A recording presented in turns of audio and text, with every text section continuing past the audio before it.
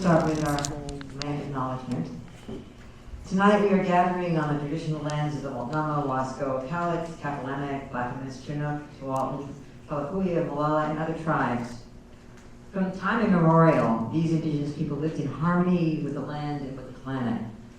And now, because of European colonization, much of these lands have been disconnected from the natural systems that nurtured them and the people that lived upon them. Instead of verdant river confluences and majestic forests, we have the critical energy infrastructure hub.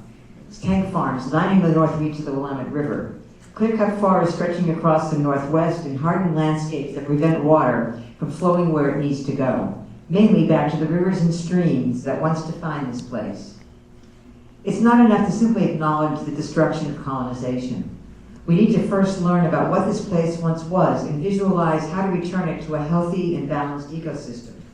How to reclaim the hundreds of miles of creeks that are buried under our city and allow them to once again flow into the river systems that we are so fortunate to live upon. And so instead of just acknowledging that we live on stolen land, we need to work with the tribes to transform this landscape into a place of healing. Welcome to Rumble number 28.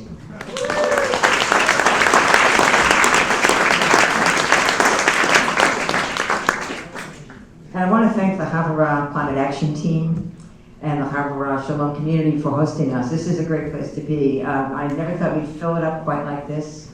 So next time we do it here, we'll have to bring another room with us. I want to thank, first of all the Rumble co-sponsors that have helped out in getting the word out on their websites and the work that they do that aligns with what the Rumble on the River is about. And also they're all tabling in the back so you can get through the crowds to get there. And you'll be very happy to meet them and get to know a lot more about. So that after the Rumble's over, there's plenty of time to meet the people who are tabling. The Rumbles are always free. However, we have a donation jar at the door, at the table where you came in, and any money that you can part with would be really appreciated to help pay the videographer, and I think that's the main thing we're trying to cover tonight.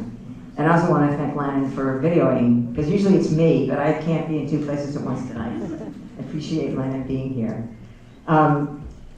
We have a program right here, which gives you information about all of our panelists. And on the back are all the elected officials you should call and bug,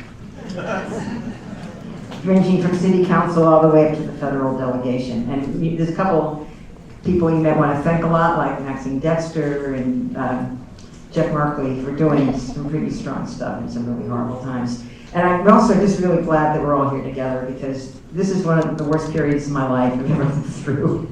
And so I think a lot of us are feeling that, and I think it's really important that we come together in the community. So thanks for coming to the Rumble.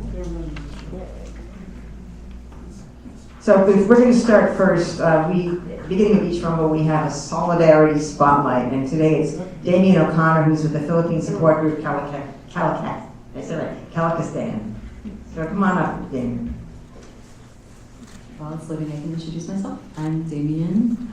I am a member of the International Coalition for Human Rights in the Philippines, and also Kalakistan Solidarity Organization, which is a Filipino solidarity organization with a specific focus on extending our solidarity to indigenous peoples, peasants, and land defenders who are facing militarized land grabbing as well as neglect from their government in the face of climate disaster.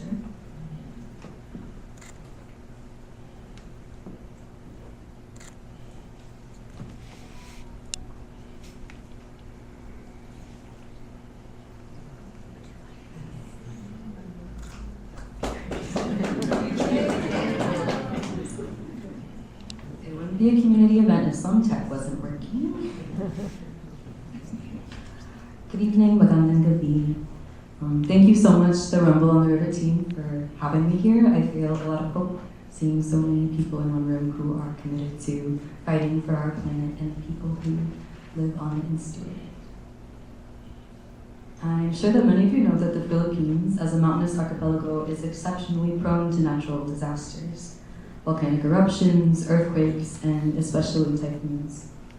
And I'm sure that many of you also know that as billionaire and corporation-caused climate change gets worse, so do the impacts of these natural disasters. What you might not know is that the Philippines is the most disaster-prone country in the entire world. and in just the past few months, more than 1 million people have been displaced, and more than 200 killed because of the impacts of typhoons Yuan and Tino. As billionaire and corporation-caused climate change worsens, and corruption rages on within the Philippine government, utter devastation is brought to the people and lands of the Philippines. Corrupt government officials, from local governments up to the highest office of the president, profit off of poorly made or non-existent infrastructure projects, particularly around flood control as well. Extractive mining projects, so-called ecotourism, and even renewable energy projects evict farmers and indigenous people from their lands. Militarization, including indiscriminate bombings and de facto martial law in many of the rural areas, brings devastation to the land and people as the profits of extractive industries are protected over their lives and livelihoods. In fact, an area that I just visited in October, Abra de Ilog in Occidental Mindoro, just experienced a bombing campaign on New Year's Day that displaced 188 families and killed at least 5 people that we know of, including 3 indigenous children. This community is no stranger to this kind of violence and aggression from the state. In the few days that I was there with an international delegation, we experienced multiple instances of surveillance and harassment by state forces, and were able to bear witness to the militarization of the countryside firsthand. Since the bombing on January 1st, one young activist, a Filipino-American named Chantal Anicoche, who was in a community integration program, learning from the indigenous community of the Mangyan people and doing relief efforts, was impacted and is actually still missing and is yet to be found. In my trip to the Philippines in October, I was able to join the Asia-Pacific People's Conference Against Climate Imperialism and Militarism of about 300 people from all over the world to study and unite on ways to take collective action. I'd like to share a quote from our unity statement that came out of that conference. Now is the time for collective action. We will not be silenced, divided, or defeated. Together we rise to defend our lands, our rights, and our future against climate imperialism and militarism. We struggle for justice, peace, and the liberation of peoples and the survival of our planet. This statement was signed by over 20 different organizations, most of them from Asia, but quite a few from Europe and North America as well. The solidarity built in that conference was a powerful experience, one that I carry with me and hope to be able to convey in this room to all of you tonight. There is so much more I could say about my time in the Philippines, and I hope I can speak with many of you tonight. As a member of ICHER, we would also love for you to join us in raising our demand to surface Chantal Anicoche, the young activist I mentioned earlier who is still missing since the bombings by the armed forces of the Philippines on January 1st. You can join me or some of my friends back there. Peter, can you wave? Thank you. And take photos of the demands. The photos will go up on social media and be shared widely to raise the demand loudly to surface Chantal. We will also be holding a rally tomorrow from 12 to 1 p.m. to raise our voices together. Please join us in taking collective action. Through swift collective action, other activists who have been disappeared in the Philippines have been found and able to return to their loved ones. And we want to do the same for Chantal. Thank you. Yeah.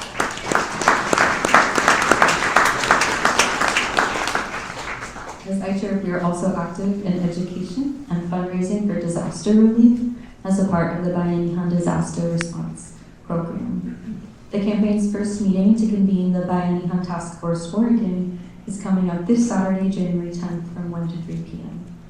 Please come talk to me after to get more details. We'd love to have your organization or you as an individual join the task force and support these vital efforts in the face of worsening climate change. Thank you so much for your time, and I look forward to connecting with many of you and learning from you this evening.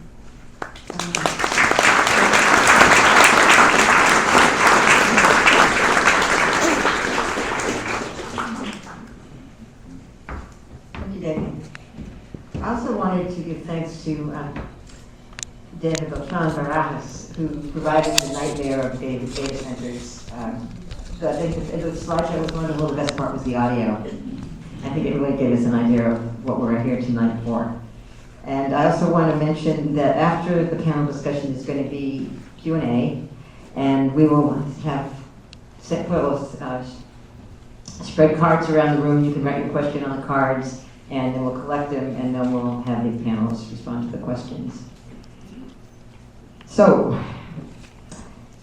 a number of years ago, Google opened a data center in the Dalles. And at the time, it seemed like a great idea because the Dalles was kind of, ever since Reynolds Aluminum closed, they had no business, and it was like a dying community. And actually, I had been down to Google a little while before they opened the data center in the Dalles, and I saw their data center on their original campus, which is about a quarter the size of this room filled with computers, and that's what I thought a data center was. Boy, was I wrong. And then shortly after the Dalles data center opened, then Amazon, I believe, moved into Prineville, another town that had no economy. Now, data centers are spreading around the world, and particularly around the United States, like noxious weeds. And so tonight we're going to be looking at what we can do about them. Maybe for some of us it's to find out just how bad they really are, and then look at what can be done to eradicate this high-tech noxious weed, and that's sucking out electricity and water and destroying agricultural communities throughout the state.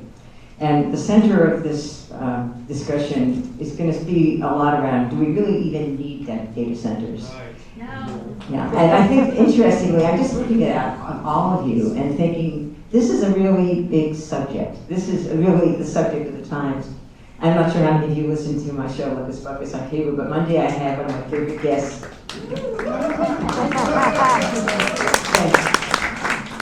How about hearing it up for Eric DePlace, who used to do the Sightline, who's now, good old Eric.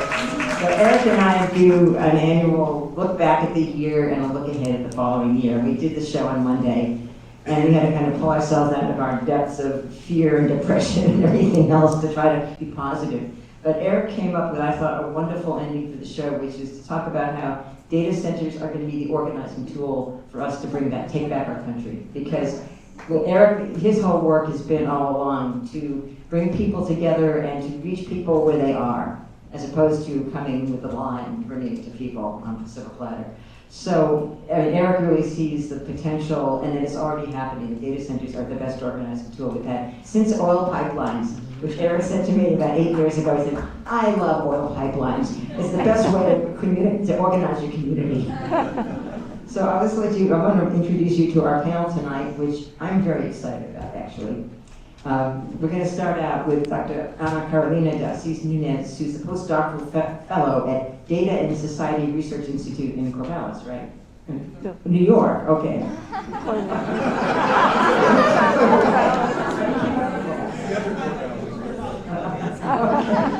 She just drove in from New York City. The weather was really bad, but she did it. And then after that, we hear from Nellie McAdams, who's the Executive Director of Oregon Agricultural Trust. And Kaleb, who did drive in from Union County today, who's the Director of Research and Policy with Oregon Rural Action, which is a really great organization you should find out more about. I've known about them for a while, and I love them. Then Kelly Campbell, who's the Policy Director with Columbia Riverkeeper. And finally, Sarah Wochele, Equity Analyst and Advocate with Oregon Citizens Utility Board. And then after that, we're going to have a conversation with the panelists. I'm going to ask them some questions while we're gathering all the questions from you, the audience. And then after that, and then we're actually going to have a few announcements from some of the local elected officials here and some other people doing important work and calls to action. And then we'll have the Q&A after that. So we're going to start out with Dr. Ana Carolina de Assis Nunes. But I am very happy to be here. I'm very honored to be sharing my voice alongside such incredible folks. So everyone is doing amazing work on data centers, in questioning the promises of corporations and big tech companies. This will give away what's my first language, but I need to read it. So I'm originally from Brazil, so not Spanish, but Portuguese. And I considered Oregon to be my home. I'm spending more time in the East Coast now because of my job, but I moved to Oregon in 2019 before the pandemic, and I was so warmly received and cared for that I do consider myself an Oregonian now. Yeah. You guys are very nice, come on, you know that. But Brazil is also struggling with data center expansion, especially in indigenous lands. And that is a situation that is all too familiar for folks here in Oregon and in the US more broadly. So in this talk, I will address the Oregon case in its relationship to the longer history of industrial development in the state, of which I consider data centers to be a recent addition to. The other panelists here that will be speaking after me, they will bring some important information about current struggles and the impact of data centers to different sectors in the state, such as environment, health, utility prices. But in my participation, I will focus on this industrial history and how this region of the state of the country, has been exploited by other industries over time. Especially as the Columbia River, my research was actually in the Dalles. I spent a lot of time there, the Google Data Center, so I really focused on that portion of the Columbia River. And my argument is that specific portion of the river has been framed as a perfect location for hydroelectric and irrigation projects. And that is according to this historian, Paul Pitzer. He has amazing books that I'm happy to share titles with you afterwards, but connecting, the geological features of the area to this presence of hydroelectric projects since the 1930s. So as an anthropologist, I'm always looking for connections between events that seem to not be related. And so when thinking about data centers, my initial reaction is to go back to 1855, when the Oregon Land Act distinguished title to more than 40 million acres of indigenous land in the inland Columbia Basin. This is according to Oregon historian Roberto Ulrich. So as I see it, First Nations were the first to experience what Oregon residents now experience when it comes to land displacement, environmental pollution, and all kinds of regulation that even forbade indigenous groups from fishing the Columbia in the mid-19th century, as they were not considered to be American citizens, and were granted that title only in 1924. I mention these events as recent research produced by humanities scholars are pointing to the current data center boom as another facet of land grabbing, classic to imperial efforts seen before, and more recently, such as last week in Venezuela, and even more recently in Greenland, which historians refer to as military capitalism. Land is essential to data centers, as is water, electricity, and poverty, as anthropologists Alex Johnson and Jenna Burrell have pointed in their works about data centers in Iceland and in Prineville. Data centers benefit from infrastructure laid before their presence in a certain region. This infrastructure can be material, such as in the Dalles, where Google Data Centers occupies a location that was previously occupied by the aluminum smelting facility Martin Marietta. It also refers to a social and economic infrastructure, such as the case in Prineville, where changes to the manufacturing industry deeply impacted the community that once relied on stable jobs with the tire company in Lechwaka. In the Pacific Northwest region of the US, before data centers, there were aluminum smelting facilities, the Hanford nuclear site, canneries for packing salmon, and land expropriation from indigenous communities. Underlying these industries, there has been what geographer Ashley Cars has called nature as infrastructure, exemplified by the geological formation of the Columbia River itself, as the river drops about 2,000 feet, above 2,000 feet from its source in the Canadian Rocky Mountains to its sea level near Astoria.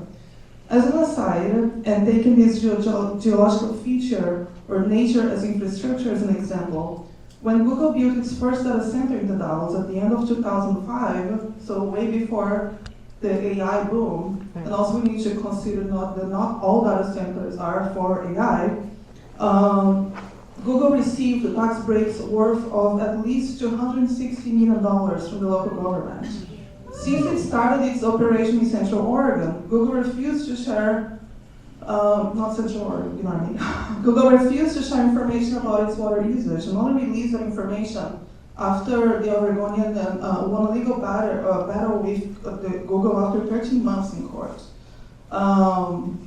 But what I want to emphasize is that the company says that it chose that location, the Dalles, because the city offered the right combination of energy infrastructure, developable land, and available workforce for the data center.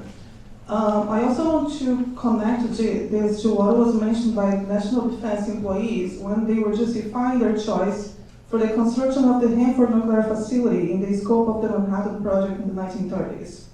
And you can find this information on the National Park websites, but the Hanford site was selected because of an abundant supply of cold Columbia River water needed to cool nuclear reactors and ample available hydroelectric power, mild climate, excellent transformation facilities, and distance from major population centers. As I see it, these two events make it seem like the Pacific Northwest is a natural home for large infrastructure and electricity-heavy projects. But the energetic capacity of the Columbia River was noted by FDR in Portland. He came to Portland in September of 1932 as a presidential candidate, and he announced that the next great power development would be on the Columbia River. And he was referring to the construction of the Grand Coulee Dam on the Washington state side of the river. And I don't know if you guys are familiar with that, but that dam took about 9 years to be completed. And back then, it was the biggest infrastructural project since the construction of the Panama Canal. But anyways, in 1934, FDR came back to Oregon to oversee the efforts in the construction of the Bonneville Dam that had been initiated the year before, 1933. And as part of his New Deal efforts to boost the economy, the president had in mind the ability of the west part of the U.S. to contribute to great economic development in the country, especially through hydroelectric potential of the Columbia River, which would power U.S. national defense projects, such as the production of aircraft used by the U.S. military and developed by Boeing in Seattle, as well as bomb shells. So here I'm making the connection, sure still follow me, with tech industry and military capitalism. And I'm saying that military capitalism follows the urban construction as it also impacted the way of life of traditional people, indigenous communities, and there are folks who have benefited from all this industry, of course. And we can see the legacy of these projects even when we talk about the Silicon Forest in Oregon, not specifically the Dalles, but in the state overall. So I don't know how I'm doing on time, but I'm almost 5 minutes left. Wonderful, thank you. So I have 2 more paragraphs to read, so that's fine. So as I conclude this brief talk, I want to highlight that brass, aluminum, and now data centers all relate to the U.S. military industrial complex. Brass and coal were essential during the Civil War. The U.S. aluminum industry thrived during the World Wars, and now data centers help the surveillance state in its continual oppression of others. What all these industries have in common is their utter reliance on lands and resources, and as someone I interviewed during my fieldwork told me, I wish my state would be seen differently than just a place with resources. Yeah. So if you are still with me, I'm trying to tie the extraction promoted by Google's data center in the Dalles and other data centers in the state to other regions of extraction which took place in this portion of the Pacific Northwest under capitalist expansion. Before data centers, nuclear waste and other pollutants dumped onto the Columbia River during and after the Second World War severely impacted salmon cultivation, and the river is imperial, as water analysis have recurrently found high levels of toxicity in the Columbia. So recent media coverage and academic research on data centers must acknowledge this complicated reality, that if we want to have an informed conversation about data centers and big tech, we need to consider the historical and political context that allows such companies and systems to thrive. Capitalism might try to actualize itself through digital technologies and distract us with the cloud, but the underlying condition of this system which is based on extraction and exploitation of nature, labor, and humans, remains the same. There is no ethical tech without land sovereignty and redistribution of wealth as well. And this is what I have prepared for tonight. Thank you.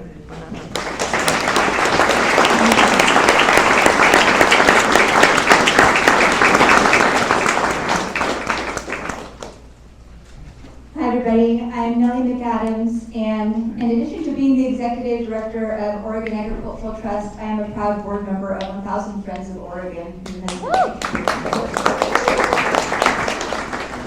My conversation tonight is going to focus on good governance and our land and how both of them are being impacted negatively by data centers. So first I'm going to share a couple of basic stats on data centers, some things that we know. Then I'll tell the tale of three cities. So one region that has had a recent scandal involving data centers, another that has been trying since the beginning of data centers to fill up as much land as possible with them, and that is bringing a bill this legislative session to do another land grab. And then I will be talking about one city that fought back against data centers in one. So it'll end hopeful. We'll talk a little bit about what economic development is, true economic development, and then we'll talk about some of the policy and organizing solutions that we're seeing. So to start, I thought this slide was going to be pretty easy, but the first point might be off. We don't really know how many data centers there are in the state. I tried to fact check 138 today, and we found that the site that said it was 138 data centers in December now says it's 120. I don't know how they disappeared. But somehow 9 data centers less are being reported in Amazon, in Boardman.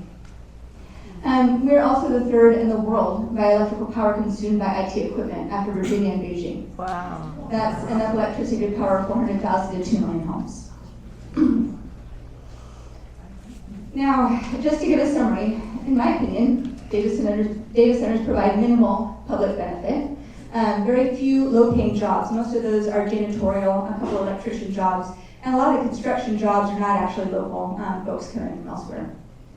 Most of the storage is not your fault, so don't worry about your Facebook. A lot of it is for generative AI and Bitcoin mining, or cyber currency mining.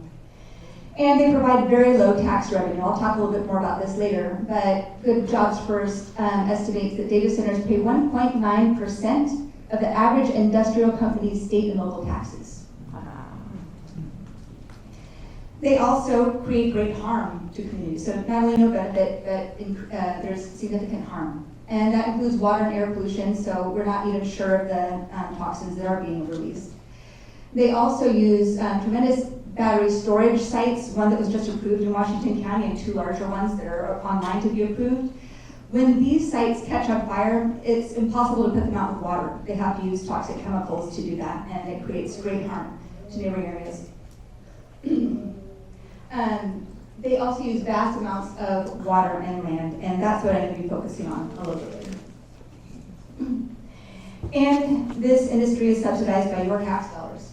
So they benefit, especially in Oregon, because we don't have a sales tax. In other states, they exempt data centers as an industry, but they don't even have to worry about that here. They receive state and local tax abatements. So just one example, Hillsborough, last year alone, gave data centers $120 million in tax abatements from payments to the school district. Those taxes might never come due. Data centers haven't been around long enough for us to see what actually happens when that abatement timeline runs out. What we hear is that the equipment might have already fully depreciated, and so there might not be any tax that comes due. Or the company might reorganize under a different umbrella, or they might apply for an abatement. All of these are unknown. But if anyone tells you, just wait till the abatement comes due, you better question that. They increase utility costs. You're going to be hearing a lot more about that, but just quickly, PGE and Pacific Power's electricity rates went up 50% in 5 years, with increases every single year since 2020. And they set us back in our climate goals. You know, we focus a lot on supply, trying to get renewable energy, but we need to focus on demand. How much demand are we putting on our systems? And when you see that our electricity consumption has increased 20% in the last 10 years, a lot of that is due to data centers. So, in my opinion, this is not economic development. That doesn't happen when your tax dollars are covering the cost of an industry that's extremely profitable on its own, that provides little to no public benefit, and that harms our quality of life. We'll be talking a little bit more in a sec about what I think true economic development is and how to achieve that. But first, I want to talk about some of the harms that accompany data centers, or really any industry where there's massive amounts of profit being made and regulation that hasn't kept up with the times. So, moths to a flame, you see grift and corruption. And I'm going to give an example from Morrow County. So this was a story that was broken by the Oregonian, Mike Rogaway, who's been doing amazing reporting. My data is coming from the Oregonian and DOJ. I'm doing my best to tell a really complex story here, so I need pictures. So what happened was Inland Development Corporation in Morrow County is a nonprofit that was providing fiber optic services to other public government buildings or nonprofits as well. Windwave was one of their assets. It was a for-profit providing fiber optic services to other for-profits. Well, in 2017, Inland Development Corp, the board voted to make a $145,000 donation to a nonprofit in Morrow County. That donation wasn't really specified or restricted in terms of its purpose, and accounting hasn't been provided for its use as of October of last year. A contractor at that organization was State Representative Greg Smith. At that same board meeting, the very next vote was to make Greg Smith a board member of Inland, as well as 2 others. And then immediately, 3 of the board members left.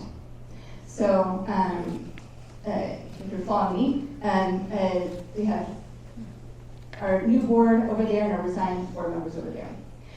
At the very next meeting, the Board of Inland entertained an offer to buy Windwave, which was by far their largest asset. Windwave was not on the market for sale, and no other offers were being solicited. The offer was for $2.6 million, and Department of Justice estimates that that was less than 1/3 what the company was worth. The reason why there was that undervaluation is because the valuation did not include the contracts to Windwave's biggest customer, which was Amazon, that owns the data centers there. Who made that offer? Current and former board members. So the board members who just stepped off and 2 board members who remain were part of the company that was making that offer to buy Windwave, which provided fiber optic services to Amazon. A little added twist is that some of those board members were also elected officials. They were elected to the County of Morrow and to the Port of Morrow as well. And after purchasing a company that had Amazon as its biggest client, they voted to allow hundreds of millions of dollars in tax subsidies, in tax abatement to Amazon.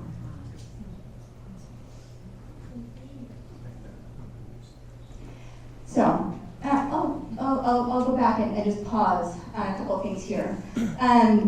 The elected officials who made those, who voted for those tax abatements, and by the way, they made multiple decisions without disclosing their conflict of interest. So they were fined by the Government Ethics Commission. But guess how much each of them had to pay? $2,000. They got a sweetheart deal of $7 million for buying that business, and they only had to pay $2,000 to the Ethics Commission. By the time this was reported out, the criminal charges had passed the statute of limitations, so the criminal charges could not be brought. But DOJ is bringing civil charges now. That's for Rayfield, that's for DOJ, for doing what they can. But, you know, the sad part to me is if we had stronger local independent journalism, we would have known about this earlier. Yeah. We would not have missed the boat on being able to file those criminal charges. I'm so glad that Mike Woodway found out about this, but it makes me just wish that we had a stronger media and that they had greater power. So, next, Hillsborough, our second story. So, just as a civic duty, I recommend that everyone drive down Highway 26 and take exit 61A. drive down past Topgolf and take a right on Northeast Tubman and pass Data Center Canyon Land. You will feel dwarfed by these facilities. If you stop your car, you will hear the humming. You will see major substations that are distributing huge amounts of energy to them. You will not see very many parking spots for people to go in because not very many people need to work there. And you should know that that's only a tiny, tiny fraction of what Hillsborough has in the works. 2 minutes. Take a drive on down to Jackson School Road and see a 50-foot pit that has been dug there more recently than Google Maps can update. And look back and see that all of this land is going to be brought into the urban growth boundary. Or is in the urban growth boundary and going to be data centers. Drive on further and know that Hillsborough, is trying to bring this land into the urban growth boundary. It's designated to remain rural for the next 40 years, and yet they have been trying repeatedly to add that. Drive on further on 26 and see 3-mile stretch of road that would have been data centers if the community had not organized in North Plains. Almost all of that land is some of the best farmland in the world. That's not an exaggeration. Why this urge to have that land? It's not about economic development. Intel has vacant buildings. There is, commercials approaching a 40% vacancy. One warehousing company has 1 million square feet of vacancy at this time. Land is not the limiting factor for our economic development. But it is a great way to make money, especially if you're taking land from outside of the urban growth boundary and putting it in. So the property, before it's put into Hillsborough's urban growth boundary, is worth $20,000. Afterwards, $1.2 million. And there are people who are grifting off of that as well. So this is a contract that I received from a woman who said a man is going around to landowners and offering to try and get their land into the urban growth boundary to make them hundreds of millions of dollars. And in exchange, he just wants a 15% cut of the increase in property value. So, assuming that that's, $750,000 an acre, that would be, he would make $164 million if just 1,500 acres are brought into the urban growth boundary. That's what this is about. It's making profit for a very small number of people. It's not about economic development.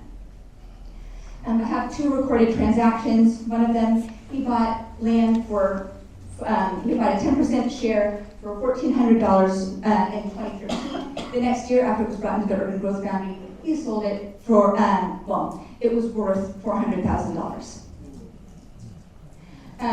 Hillsborough is now trying to get that land into the urban growth boundary. They have they will probably be bringing a bill to do that, and even their own math doesn't math.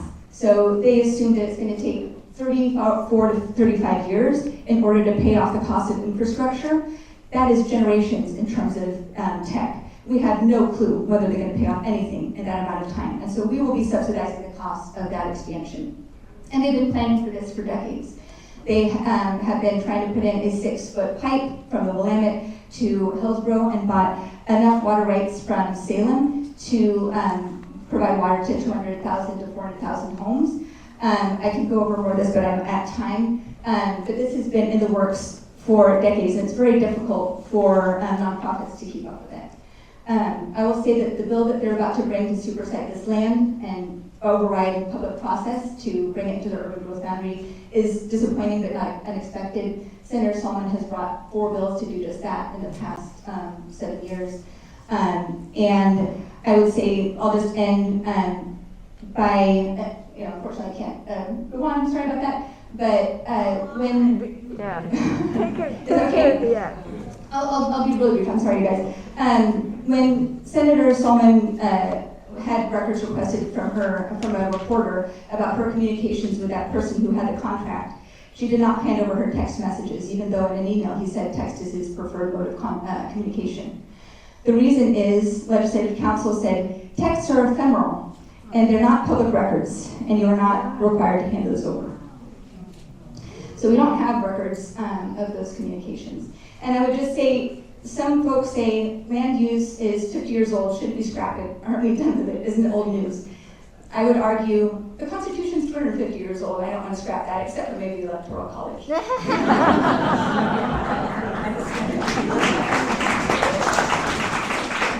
But it does have 19 goals that are absolutely relevant every single day of the week, and that includes smart economic development, it includes affordable housing and protecting our natural resources. It has been updated every single legislative session, umpteen times.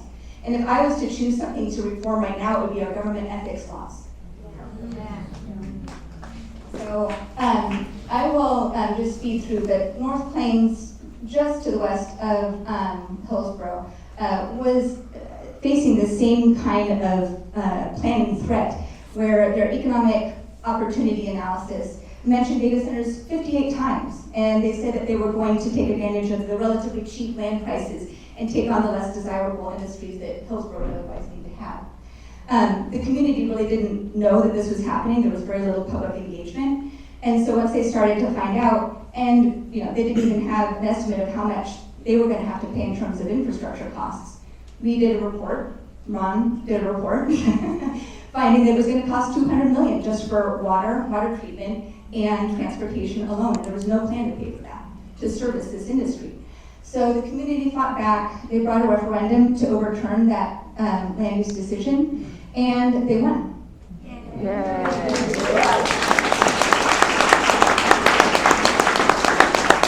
it was a landslide, 72 to 28. Great. It was an incredible effort. They're still working to help undo the things that have been put in place by the former city council. But I would say when we're thinking about economic development, we need to center quality of life, not profits of corporations in that planning. It needs to be shaped by meaningful public engagement. It needs to conserve our natural resources. It needs to consider net revenue, not just how much is coming in from a corporation or how much they're earning, but how much are we going to have to pay in addition to provide those services. And it needs to innovate. And in my quote, I talk about one of the tenets of capitalism is businesses aren't going to change without an external factor forcing that change. And if we aren't providing that factor in the form of our tax system and other incentives, data centers are not going to become more efficient on their own. We have to provide that pressure. So I'll give you these slides, Barbara, you can hand them out to people, but these are some of the civic solutions and then policy solutions, which I think others are going to be referring to as well. So, sorry. I'm Kaleb. I'm Director of Policy and Research with Oregon Rural Action. I forgot to bring cards, so my phone number and email are right up there. ORA is a small nonprofit that works up in Northeast Oregon. Mostly we work in Morrow and Umatilla counties. You've heard a little bit about Morrow County already tonight. Some stuff from Umatilla County was on the slides earlier. We do mostly immigration work, which is keeping us busy these days, as you might imagine, and groundwater pollution work. I'm going to be talking a little bit about how data centers in the lower Umatilla Basin in Northeast Oregon are affecting our water supply, both how much they use and how they use it and how that affects that water. So to do that, I want to jump into the basin groundwater management area. Say that 5 times as fast as you can. We call it LAGWAMA for short. You can see it on that map. It's that red, it's inside that little red boundary there. It's 562 square miles. It comes out to like half of 1% of the state's land mass. It's 45,000 people, call it home, thereabouts. So 1% of the state's population. Despite that, 42% of the greenhouse gas emissions from large industry in the entire state of Oregon are sequestered there. That's primarily fed by 4 of the 5 dirtiest power plants in the state of Oregon. 2 are PGE, 1's Pacificorp, 1's Kaleb. The lights in this room very well may be powered by electrons from those power plants. On top of that, as if that weren't enough, we have one of the largest dairy complexes in the United States. It's a complex of 3 dairies and a feedlot, permitted for about 136,000 head of cows in total. That's in a county of 15,000 people. We have a groundwater pollution crisis, which is why that groundwater management area was formed in the first place. Groundwater supply in that area is heavily contaminated with nitrate. It's a nasty chemical, likes to grab onto your red blood cells. On top of that, nitrate is linked to thyroid dysfunction, low birth weight, preterm birth, miscarriage, neural tube birth defects, and a laundry list of cancers. And if that wasn't enough, we also have some early warning signs that we also have a PFAS situation in our groundwater as well. I say all this to make the point that, in my opinion, this is Oregon's worst sacrifice zone. It's a very rural place. It is also one of our most rapidly diversifying regions in the entire state. We have a huge immigrant community and it's growing fast. And all of the growth that we're seeing there, both in population and in industry, is fueling an economic boom. Morrow County is actually the second wealthiest county in Oregon when you look at economic output. Despite that, the La Guama has one of the higher rates of low-income residents in the entire state. So a huge wealth gap. Here's a little bit closer look at the area we're talking about. You can see Hermiston's in there, one of the largest and fastest growing cities in Eastern Oregon. You can see some of those big brown patches. It's a bombing range and the former Umatilla Chemical Depot. Again, sacrifice zone. Now, I'm going to be focusing specifically on nitrate for the rest of this because that's the contaminant that we know the most about at this point. And where I'm going to be talking about data centers and water, I think it's informative to talk about the process and how nitrate is affected specifically. But quickly, I want to be very clear. Our driving sources of nitrate are overuse of fertilizer, synthetic fertilizer by industrial scale agriculture, tens of thousands of acres of industrialized fields, irrigating with water that is already polluted, then adding more nitrogen on top of that, and pushing it down through the soil column. Second, that photo is actually taken by the Port of Morrow. It's a spill of industrial wastewater that happened in the middle of a blizzard. They, for many, many years, have been land applying, meaning dumping on farmland, their industrial wastewater supplies.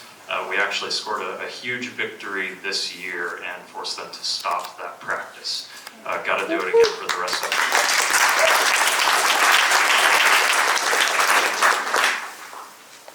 Anyone here ever eat a French fry from a place called McDonald's? I'll admit it, it's good. I don't like that it's good, but it is. Lamb Weston produces McDonald's French fries, and about a quarter of their global operation is located in the Lower Umatilla Basin.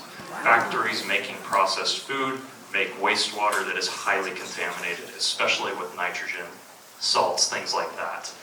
So that's one of our wastewater sources fueling the nitrate crisis.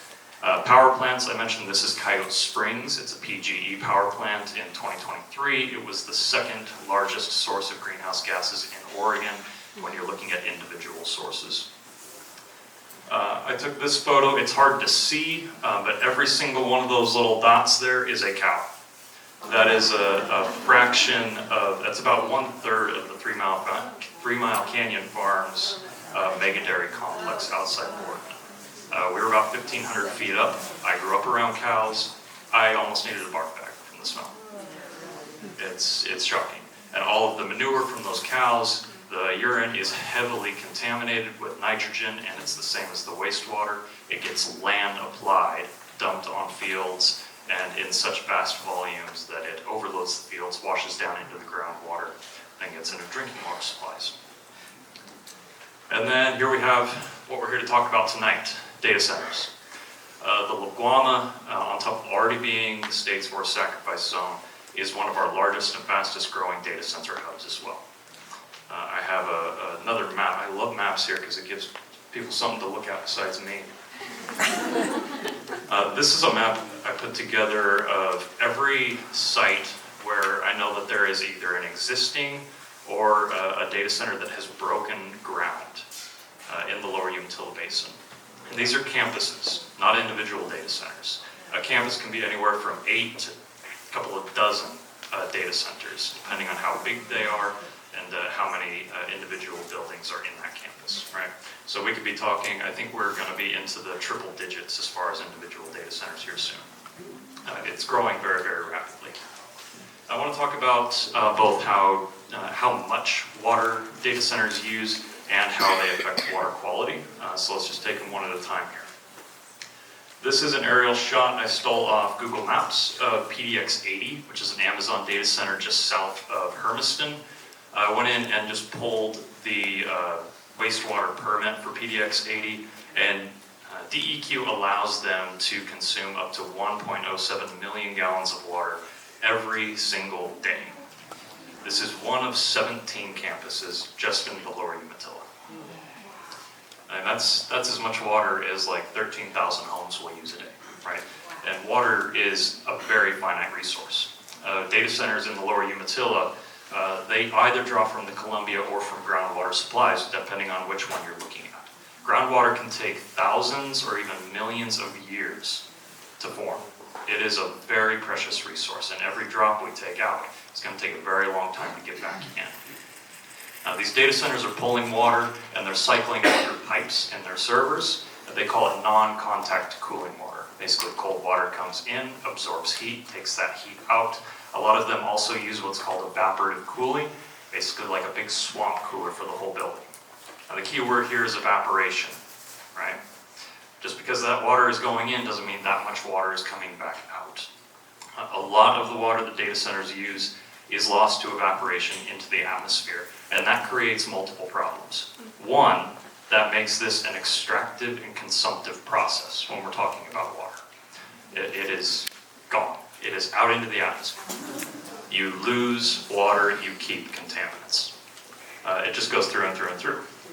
And again, water is not just used by data centers, right? We need it for people.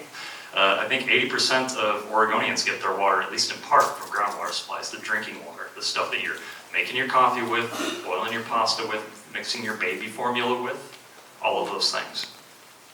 Now, what data centers do with their water once it's no longer suitable for mechanical cooling tends to vary.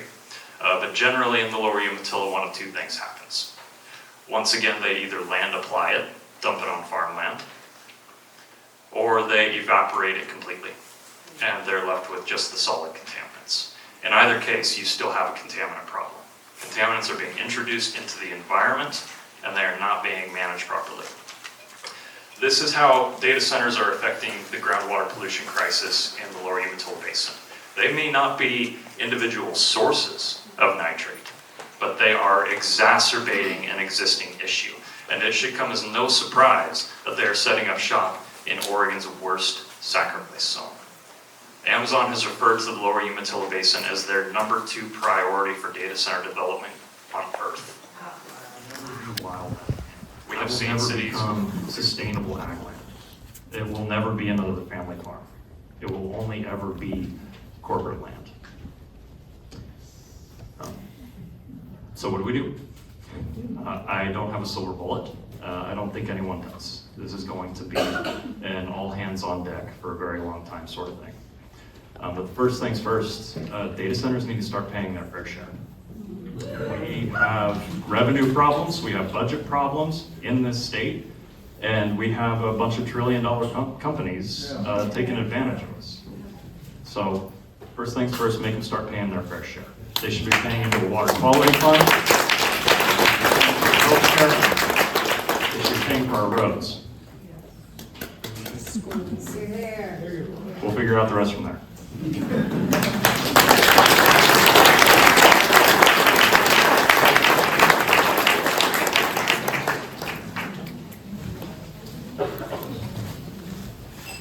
Hey everybody, we're getting towards the end here. I'm going to try to be brief because I really want to leave a lot of time for Q&A.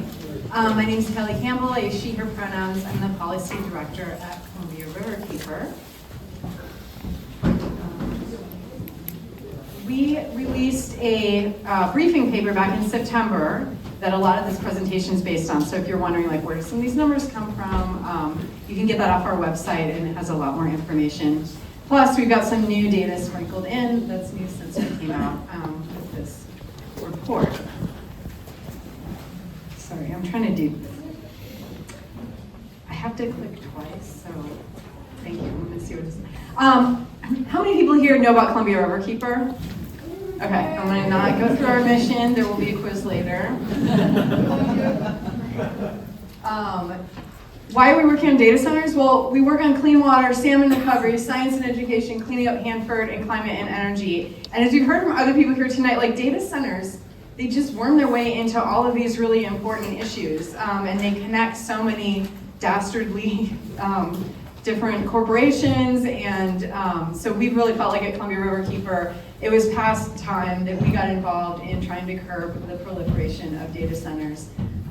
The work that we do involves coalition building, grassroots organizing, policy and litigation, and really pulling that all together. We work in solidarity with tribes and unite with river communities to make an impact for our climate, clean water, and salmon recovery.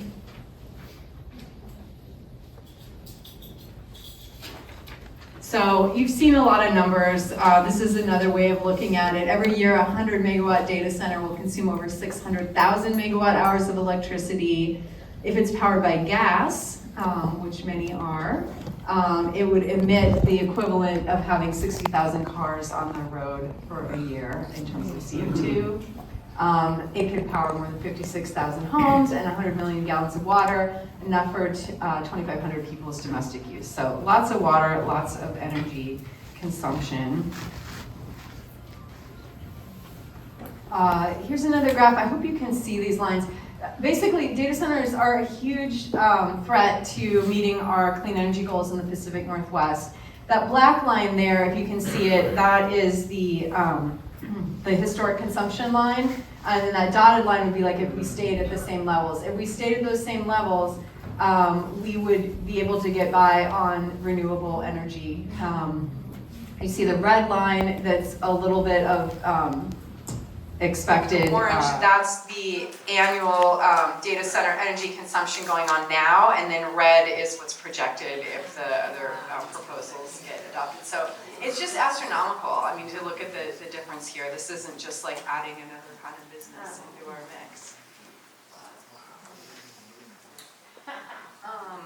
Most of you are probably familiar with the Boardman to Hemingway and the newish news that the line's co-owner and investor of Pacific Core is now not intending to sell the power to its customers, but in fact to a private industrial user in the Boardman area, which is almost certainly a data center.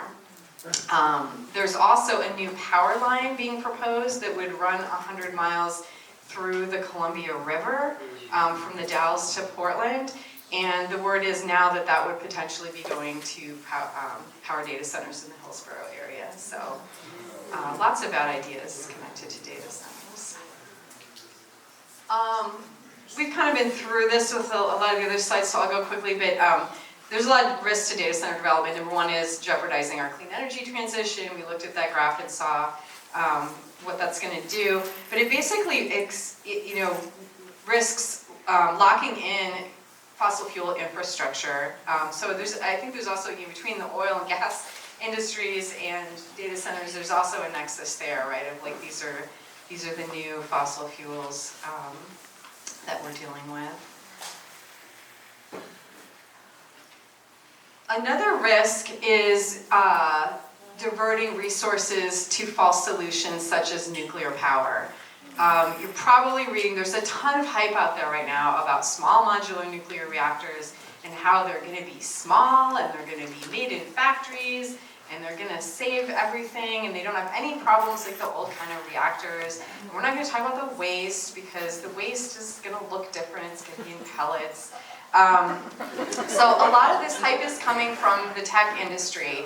And I think, a lot of these tech companies had clean energy goals, right? And so for some people, they consider nuclear clean. I would argue that nuclear is actually dirty. It creates high-level radioactive waste that we have nowhere to put and is literally going to be with us, some of it for hundreds of thousands of years. So not a clean energy, but what they're doing is they're saying, oh look, we're going to invest in nuclear, clean energy, which will be, maybe built in 15 years if they're lucky. And in the meantime, we're just going to keep using fracked gas. So I think there's a lot of connection. The reason that the small modular nuclear reactors are being brought up now is because of the tech industry's supposed interest, which, who knows, maybe they do really like it. A third threat is threatening salmon, water, and river health. We talked a lot about water. I do want to point out, rising energy demand from data centers could undermine Lower Snake River dam removal and salmon recovery efforts, which is another bad nexus. Let's see, and the fourth is driving up electricity costs for Northwest families.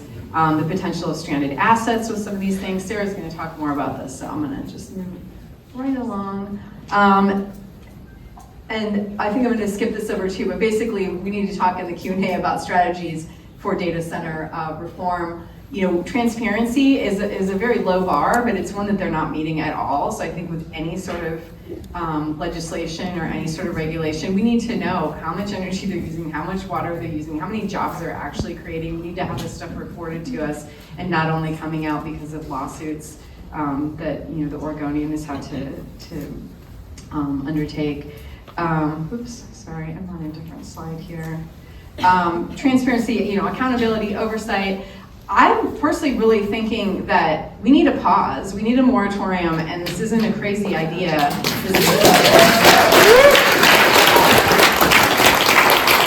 Things like, apparently, when you are more efficient with water use, they use more energy, or when they're using more water, then they're using less energy. So it's like figuring out, we just don't know. We don't have best practices yet, and so having to cater to these gazillion-dollar corporations to be able to do whatever they want doesn't really seem fair. So I think we should have a little pause. Permanent pause. Yeah. In Washington, there is a bill being introduced by Representative Dolio. It may look similar to the Power Act that Sarah's going to talk about in Oregon. You know, I think there's going to be some good things in that bill. It is not going to be everything that we want or need. So I think we'll look to see what's coming out of that. And they also had a governor's work group on data centers that has a preliminary report that, again, has some good stuff in it. It was really packed with industry, the way they set up the work group. And so, again, not as strong as what we need to be happening. Oh, this is my favorite slide. I don't know if you saw this in the Seattle Times. If you can read it, give me your grid. I don't care about your salmon or your higher electricity bills or blackouts. I want power. And that's coming from this robot. That's the AI data centers. And we're the little people down there that are trying to reason with it. I don't know. I'll pick up, I think Nellie said this too, but I want to reinforce that we are not the problem. It is not that you've been watching too many cat videos. It is not that all our photos we were told were being in a cloud are actually in these buildings, right? We are a minuscule usage compared to things like generative AI that they're doing with these. This is not about us. This is about the wealthiest corporations in the world, and they're making unreasonable demands on our energy, on our water, on our land, and our communities, and it's time that we stand up and fight back. Yeah.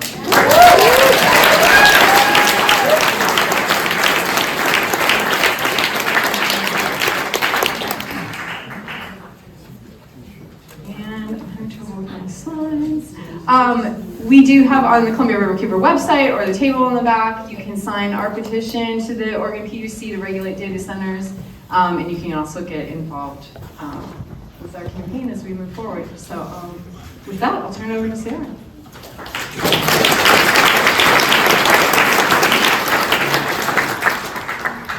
Thanks, y'all, and thanks to all my fellow panelists. You are amazing, and thank you, Caleb. I will be needing this.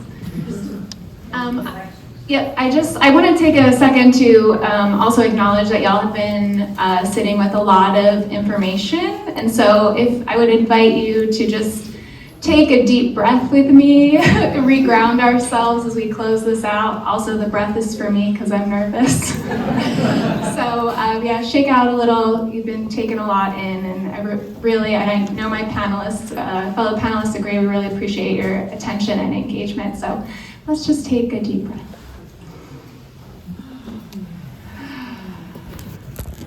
We got this. Sorry to bring you so much bad news today. Okay, so again, thanks for having me. My name is Sarah Wochele, like broccoli. I'm an equity analyst and advocate at Oregon Citizens Utility Board. You might know of us as CUB. Oh yes, give us some love. Actually, okay. Thank you, Kelly. If you're not familiar with CUB, it sounds like some folks are, but if you're not, we are an energy utility watchdog for households who pay energy bills to for-profit utilities. So in the Portland area, that would be PGE, Pacific Power, and Northwest Natural. We were founded by a ballot initiative in 1984 because Oregonians wanted an advocate in the face of increasing corporate utility interests. And we've been doing this work now, this year will be 42 years.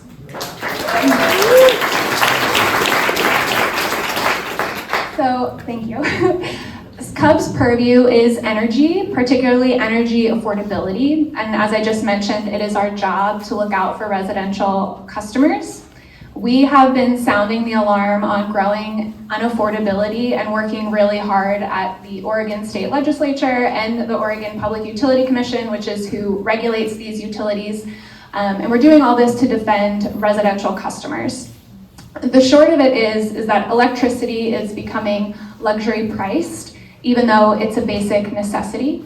Without access to electricity, people face serious risks to their health, their safety, and their overall well-being. This includes food insecurity and housing instability as well. It's also worth mentioning that all of this is being actively made worse by actions from the federal government. So in 2024, we saw record disconnections for non-payment, which unfortunately we have a policy of people being disconnected when they cannot afford to pay their energy bills. And in response to this, we had a massive public backlash against the rising utility rates in Oregon. And so this is where data centers come in. Data centers are unprecedented in the energy world, as some folks on the panel today have already mentioned. In terms of the electricity grid, data centers of the sizes that we are seeing now are a new, very specific customer type that has huge and very inflexible energy needs. Really, we've just never seen anything like them before in more ways than one, again, as you've heard today. But I really want to drive home that we're talking about city-sized energy needs in just one single data center. And like Kaleb mentioned, a lot of times we're seeing data centers come together in like data center campuses. So these are multiple city-sized entities in just a single area. So just a single 30 megawatt data center requires more energy than the city of Ashland, Oregon.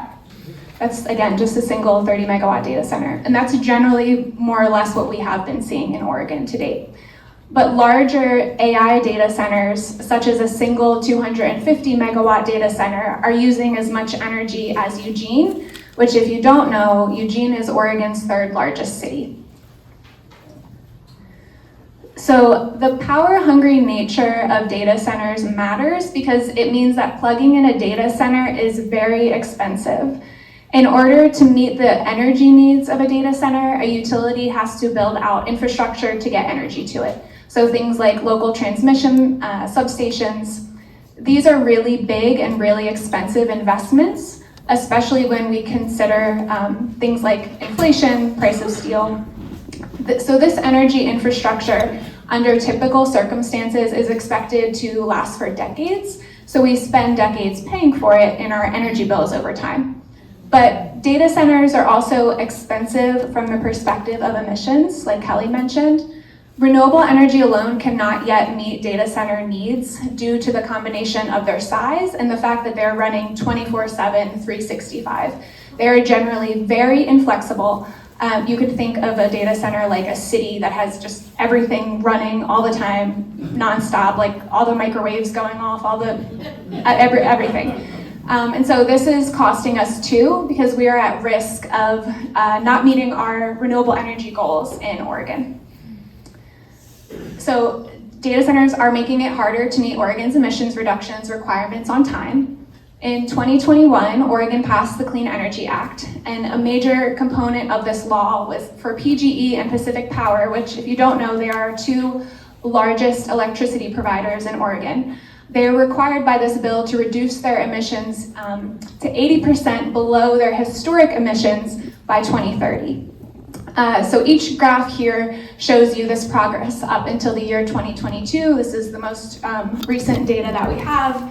And as you can see, for PGE and Pacific Power, well, for all three, Idaho Power is not actually bound to the rules, but they actually have seen much better improvement in their emissions levels than PGE and Pacific Power. So a single data center has city-size energy needs, making each one expensive to plug into our shared electric grid. And so who pays for all of this? Well, the short story is that we all do, but let me tell you how we got here. So generally speaking, we have cost causality, or the cost causation principle in utility rate making, which basically says the customer or the customer class who causes the costs pays for the costs. And if you don't know what a customer class is, they're basically categories of customer types. The main ones that we have across utilities are residential, so you can think of families living in apartments, single family homes, mobile homes. Then there's commercial, you can think of small businesses, local government buildings. And then we have the industrial customer class. You can think of aluminum plants, manufacturing, and then data centers. So, which is where currently data centers are being built under the industrial customer class. And so all of these customer classes, we share a very interconnected grid, and with that comes the sharing and the splitting of various costs, grid costs, so things like paying for the transmission system, generation, distribution capacity, etc. And so historically, all customer classes were growing at more or less the same rate, which basically just means that we are adding the same amount of usage or overall demand to the grid. So we essentially were splitting a lot of the grid's costs, aka we socialized load growth is what we like to say. And so this was generally fair, but with the rise of data centers, this methodology has quickly become outdated. And it is precisely why we are still unfairly subsidizing data center energy costs. So one thing that residential customers have traditionally paid more for than other customer classes, and this is really specific to PGE, is energy efficiency investments, which has made any PGE customers in here very good grid neighbors. If you are a PGE residential customer, you have paid to help lessen this energy demand. And in fact, I would say in the context of this data center boom, you are arguably too good of a neighbor to the data centers. So what the graph on the left shows is that if you exclude data centers, PGE's actual 2024 load, aka its like overall energy demand, was less than 1% higher than it was in 2015. But when data centers are included, PGE's load has increased by 9%. So in other words, if it were not for data centers plugging into PGE's grid, PGE's system would have shrunk, meaning that it had less energy demand and less reason to spend more money on infrastructure. And remember, we pay for the infrastructure in our bills. So the reason for this is residential customers. If you're a PGE customer, you have helped invest in an emissions-free, cost-effective resource to meet energy needs. So much so that together, PGE residential customers have offset their own load growth as a customer class, and in doing so have helped lower bills. But then, data centers entered the scene en masse. They ate up all of that extra space on the grid that y'all paid for. And you are not being compensated for what has become data center benefits. But CUB is fighting to make sure that you will be.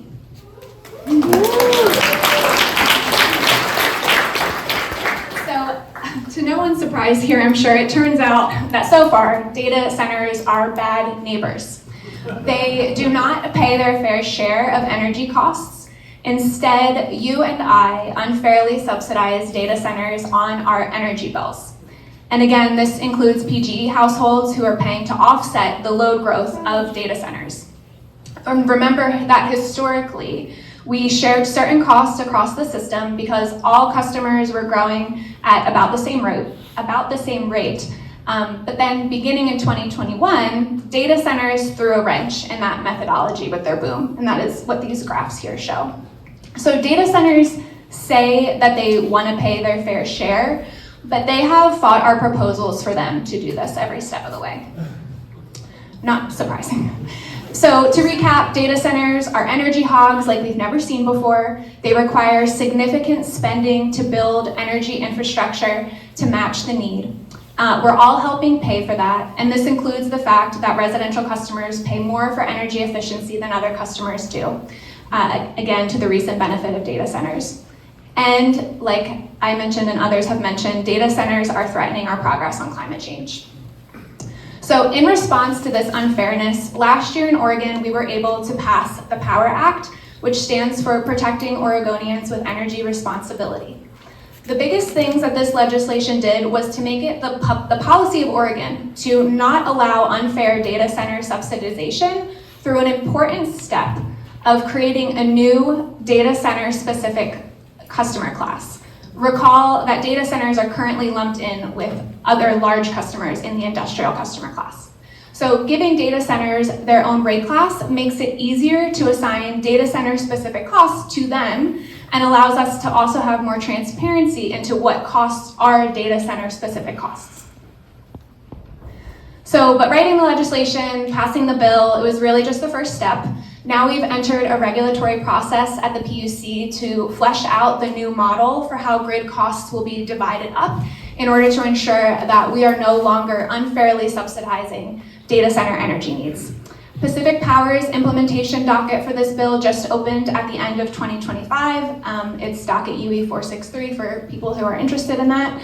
PGE has been going first. That process is active. That's in docket UM 2377. We now expect rate changes from this process for PGE customers to actually go into effect in the summer of 2026. And you might be wondering how the process with PGE is going so far, or you might have heard, or you might have heard already.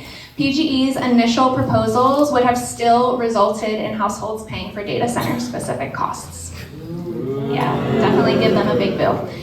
Okay, so PGE's initial proposals to comply with the POWER Act were not in line with what the POWER Act set out to do.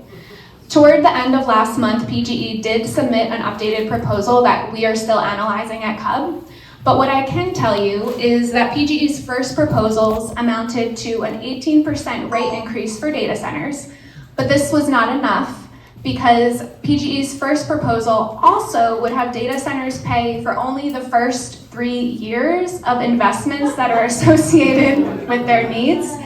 And then after that, we would go back to status quo, basically the way we've been historically sharing costs. So in other words, continuing to unfairly subsidize data centers for the rest of their infrastructure's 30, 40, 50-year-long lives. So data centers would pay more in the near term, but much less in the longer term. This is like, and this is from Bob Jenks, I can't take credit for this. This is like buying a house, paying your 30-year mortgage for only the first 3 years, and then expecting your neighbors to help you pay for the remaining 27. So far, more than 1,600 people have submitted public comments in this docket. And in response, PGE has changed their proposal fairly significantly. PGE's proposed changes improves their original proposal more than we expected at CUB. So it is definitely a strategy to account for the fact that residential customers foot most of the bill for energy efficiency, and thus energy efficiency should be treated as a system resource in their proposed methodology. And after they made this change, it resulted in data centers paying 25.7% more than they currently do. And that's up from the 18%. But PGE still thinks directly assigning costs to data centers is not an option. They think doing so would be too administratively burdensome. We think that direct assignment of costs is fundamental to getting data centers to pay for the cost of serving data centers. And so while PGE adjusted its proposal from data centers for having data centers solely pay for the first 3 years of data center specific costs to 10 years, which is definitely an improvement. 10 years is definitely better than 3. In both cases, we all chip in for the remaining decades of costs. This updated part of the proposal still expects us all to, in the nearer term point, help data centers pay their bills for the much longer term. So stay tuned for more on this. Like I said, we're still analyzing. So as I wrap up, again, CUB's role in the implementation of the POWER Act is that of a watchdog and an advocate. We're working really hard to ensure that the POWER Act is implemented as intended. We'll continue to challenge any utility proposals that fall short of this. We also work really hard to keep the public informed on that process. We want y'all to get involved in the regulatory process It might not be a surprise to many of you, but the regulatory process has historically and remains today very inaccessible to the general public. And this, of course, benefits utilities and data centers. So please get involved. Stay up to date. Feel free to take a photo of this slide. I acknowledge there's a lot of information on it. As far as the links go, tiny URLs are not case sensitive. The first link at the top, tinyurl.com/PGE loves data centers, will enable you to make comments in PGE's implementation docket that I just briefly discussed. The newsletter link below that will get you signed up to stay in touch with CUB. We have newsletters and do email blasts on everything related to energy affordability. And then the link under Learn More would take you to a blog that gives you a lot more information on the implementation process so far for PGE, a lot more than I could really go into today in limited time.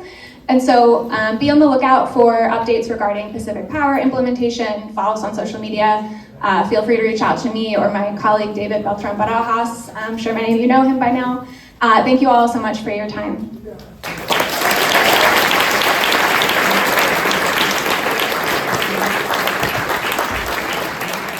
Another round of applause for all the panelists.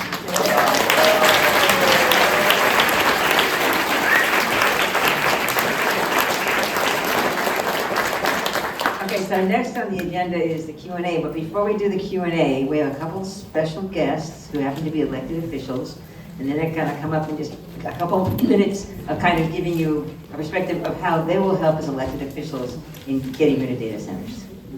So first, Confan.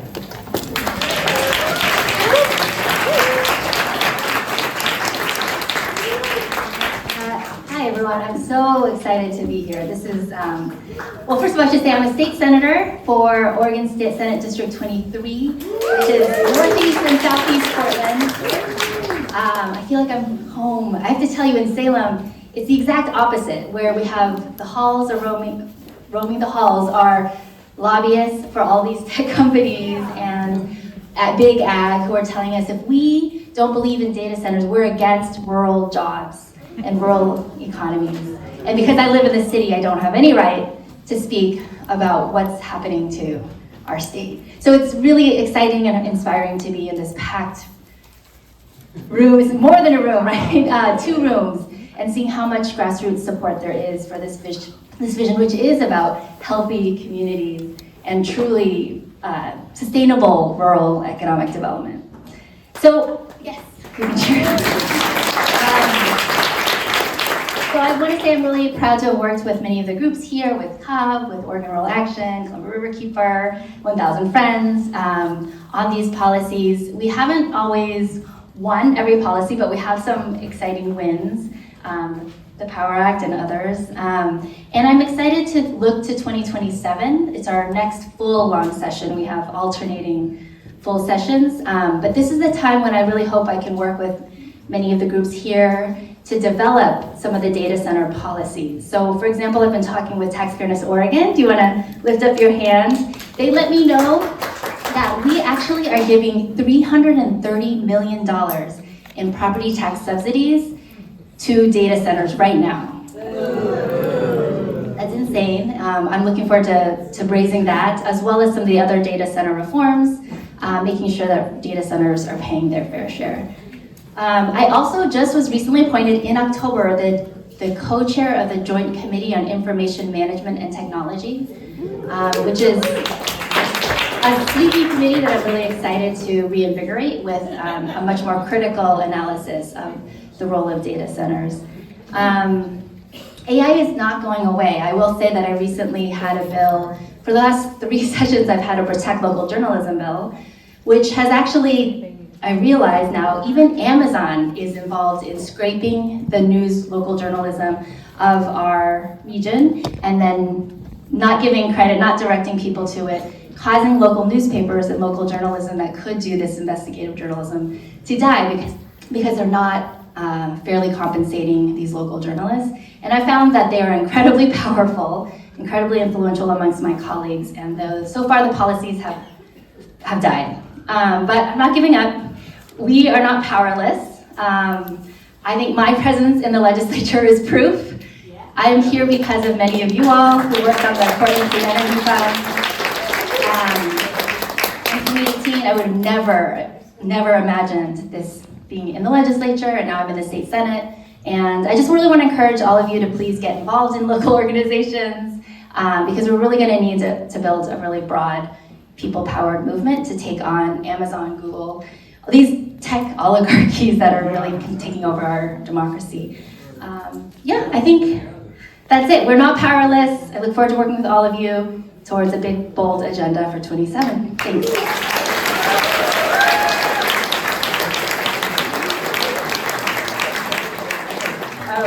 While we're going to hear from Mitch in just a moment, but meanwhile, if you have questions on cards, hold them up, and you see people roaming around, and they'll collect your cards, and then we can give the questions to our panel.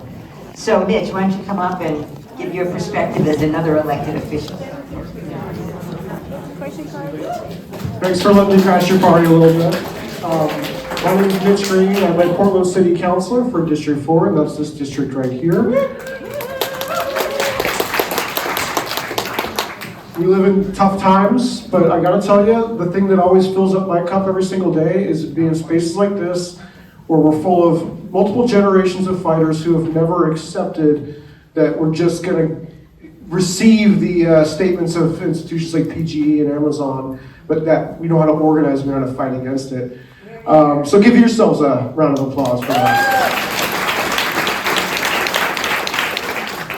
I like what you said about PG's comments on saying, you know, it's too administratively burdensome to develop a rate structure to actually fairly charge the cost causation principle, because I actually used to work in the utility industry and I know that's bupkis, but I also know it's really administratively burdensome to deal with a docket of 1,600 comments and also rooms full of organizers and activists who won't let the issue go, who won't settle for no. So, to that end, I know that we're going to win, and I'm pledged to use my office and my ability to organize to help your campaign however I can. So if you think it'd be helpful to get a letter from city councilors, we can do that. I can put my old utility rates finance hat on and do that too. So, and then finally, in the interest of like radical transparency, I'm always like, in the last couple of months, I have worked with Councilor Murillo to successfully pass 2 ordinances, 2 policy changes that have teeth to them. One was to ban AI price fixing in the rental market. We did that together, just like ICE of their activities too. And I think we're not done. We want to keep working together on this. So I was talking with her before I came out here tonight, and she said she's really eager and really excited to work with me on doing something locally to regulate data centers in Portland. And I think if we act locally, we're acting regionally, we're acting globally. So thank you very much. I'm in this fight with you guys. Oh, and I need to read this. Later this month, I am bringing forward an ordinance to City Council to ban the sale of foie gras in the city of Portland. So if you care about animal rights, please help me out.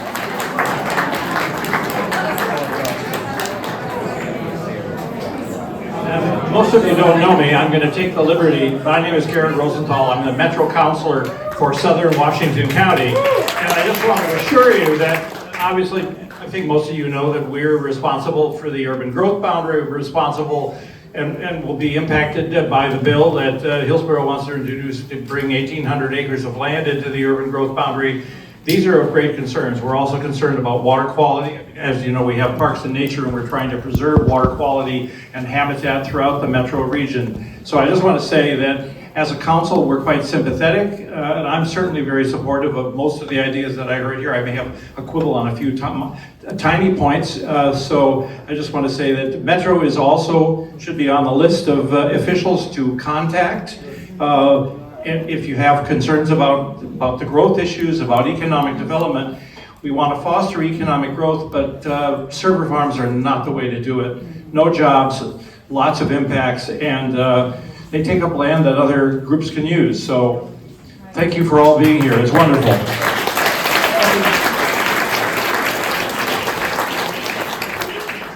Okay, I've got a ton of questions here. I don't need to ask our own predetermined questions because there's so many. I'm sort of sorting through them to make some sense out of this. Actually, I'm going to start with my favorite question. It's sort of silly, but I can't help it. How do data centers impact harvesting watermelons?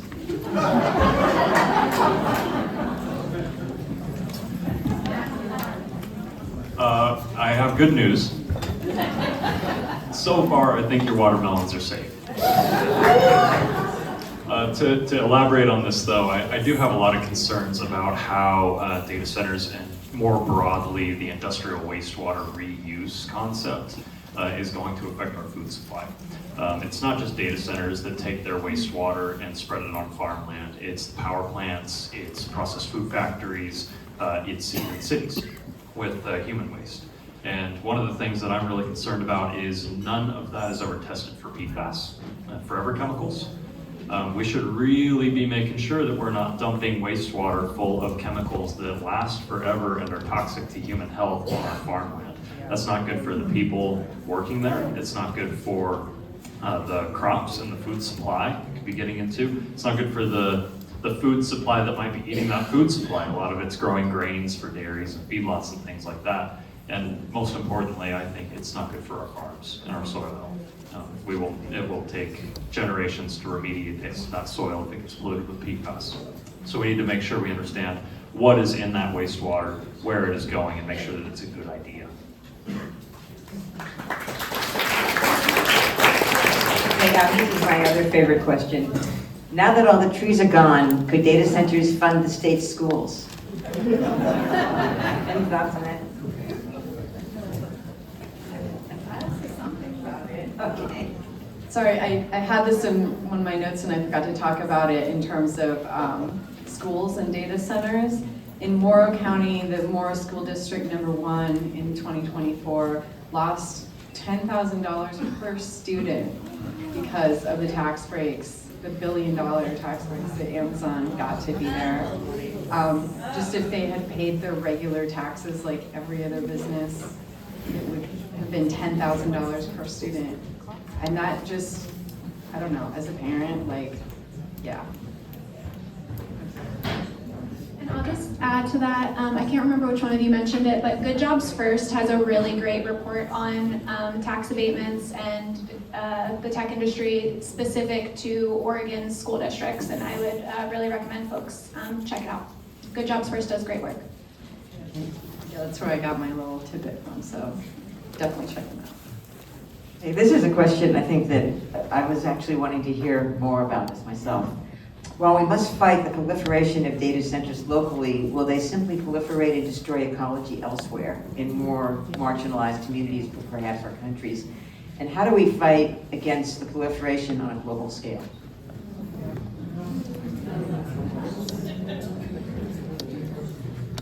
I can say a little bit about that based on what's going on in Brazil, my home country. I think what we are seeing in the US is really different from what we are seeing in other countries because really there is not regulation here, right, to address social media, all different sides of technology, not only data centers per se. So in Brazil, for example, since 2011, we started to have regulation on internet, and then after that, social media. And I'm not talking about social media ban or all kinds of stuff that it's more like surveillance, but it's a way to tackle the power of big tech. So I think because the European Union as well has a very strong policy related to social media platforms, and I mention this because a lot of countries started earlier, and because of that they have a lot of background to work with big techs and regulate their power. So I want to be very hopeful and positive, but the situation is that sadly in the US we are way behind in terms of regulation. So I really love to see the representatives here today because it seems that at least at the Oregon level there is an effort, right, to curb the power of these corporations. And in the US as well, the states have so much power. So I think that thinking at the local level is a very important first step.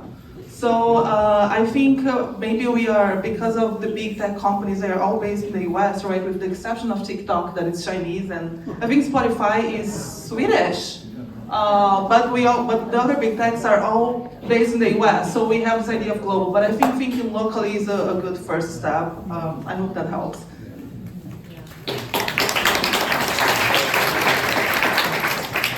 I just want to quickly add to, it seems like with a lot of this big tech stuff, an example being the push we've seen to reintroduce nuclear power in Oregon, there's almost this race for us to be first or be first, right? I don't see why we can't be first to stand up to big tech. So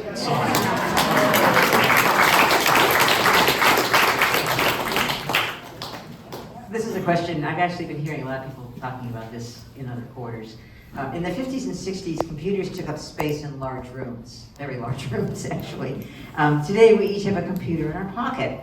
Why on God's green earth aren't we accounting for vastly increased efficiencies? In other words, when they can shrink a data center down to something that's going to fit into our pocket, what are we going to do with all these buildings?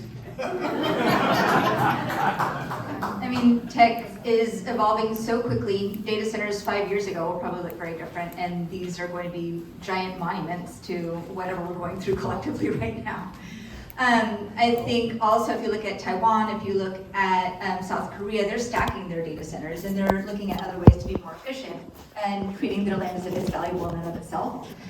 Land costs for data centers is about 3% of their overall cost, and so it's nothing to them to spread out as far as they want to, unless we put restraints on that. And that's where I come back to, if we want any business to be more efficient or to better meet our goals for quality of life, we need to put the restraints on them that help them get to that point. I also want to add that we have computers, we have cell phones, we have smartwatches, and at the same time we don't own the media, right? We access streaming services. We don't own services anymore. It's all in the cloud. So there are a lot of scholars who are actually saying that the big computers, we still live in the era of big computers, but the big computers are out of data centers. So it's very important to see that newer generations are returning to physical media. They are starting to buy CDs. They are really against AI. So we need to be aware as well of the propaganda. And someone mentioned the importance of preserving local media, and I think that is very important because as big corporations are buying local newspapers, they are also generating the false idea that we need AI when we don't. So I think it's very important to keep that in mind as well. And what people really want, they don't want AI, they don't want to store everything in the cloud, right? So they want to, the streaming services, for example, they promise to disturb TV and we're having no ads, and that is not happening. It's worse. So I think it's important to keep in mind what people want, what big corporations are paying to be publishing local newspapers and stuff like that. So I don't know. I think the people don't want AI. We still live in the era of big computers, but big computers are now in data centers and not in our houses or stuff like that. So, great question. Who asked that?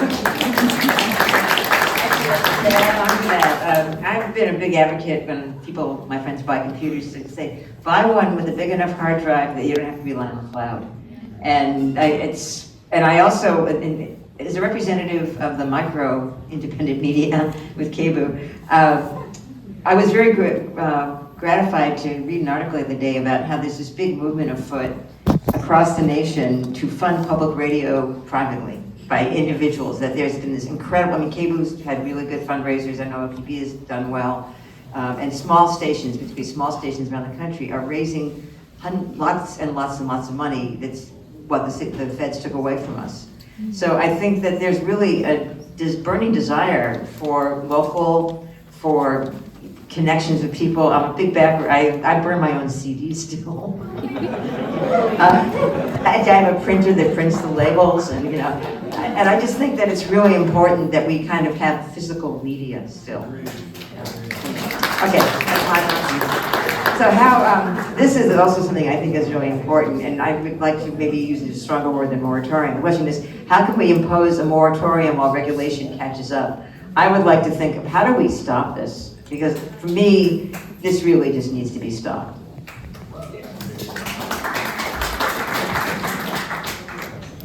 Anybody?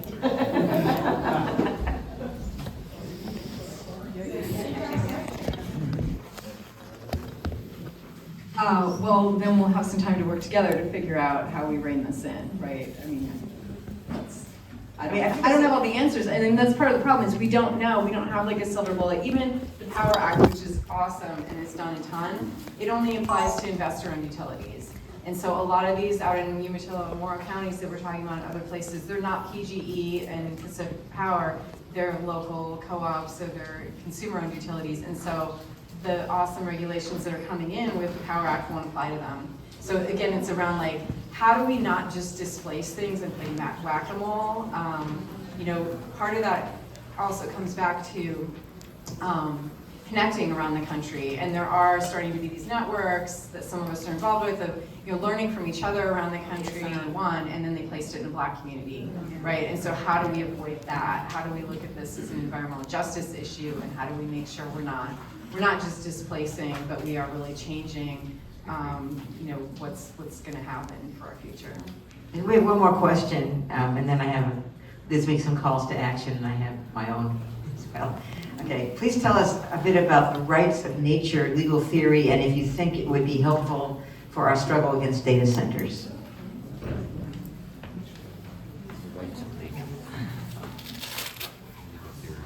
I am not wearing my Cub hat to answer this because it's beyond the scope of Cub's work, but what I will say is you'd have to convince a lot of Republicans at the Oregon legislature that nature has rights in the first place.